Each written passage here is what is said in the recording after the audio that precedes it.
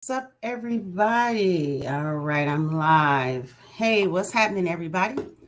Sweating, running a little bit behind. How's everybody doing today? All right, let's see.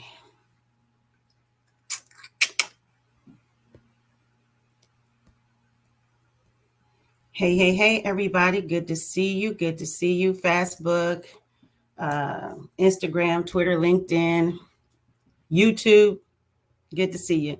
So I'm going to go ahead and get started because I was running late. So we're talking about intermittent fasting. I am Dr. Valerie Maxim. I am a clinical psychologist. I am the owner of Tranquility Hot Tubs and Med Spa. That website is www.tranquilhottubs.com. I studied stress-related illnesses and chronic disease, and so that's my area of expertise. And we know from research that 95 to 98% of illnesses are stress related, but the other 3 to 5% is food, DNA, and the environment.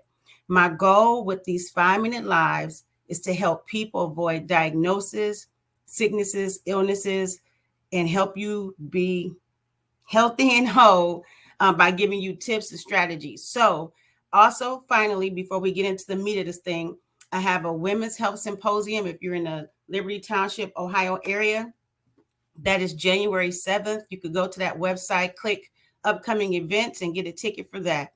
All right, everybody, let's get started. So, on Monday, we talked about what is intermittent fasting. Tuesday, we talked about how do you do it. And today we are talking about what can you drink during your fasting window. Tomorrow, we'll be talking about what happens physiologically inside when you intermittent fast, and then finally what you can expect. So the important thing that we need to know when I'm talking about intermittent fasting, I'm talking about having a regular schedule so it's not sporadic. So you're actually planning out your fast. And this is what I mean. So some people fast accidentally, but I'm talking about fasting on purpose. So what can you drink? Of course, we all know that you can drink regular water because all of your systems in your body need water, mineral water, sparkling water. You can drink lemon water with no sugar, and you only want to use a quarter of a lemon and 8 ounces of water, and that will not break your fast. You could drink plain black coffee with no additives, no sugar, no honey, no maple syrup, any of that. You also can drink green and black tea, but they both have caffeine. So if you have an issue with caffeine, you want to stay away from those. And black has more caffeine than green, okay? The only exception, if you go back and watch the other video I did yesterday, there are 2 exceptions with this rule. If you're doing something like the warrior diet or the 5-2 diet, where you fast 5 days, where you eat 5 days and fast 2 days, fresh fruits and vegetables. Let me say that again. Fresh fruit and vegetable juices are permitted, but only in moderation.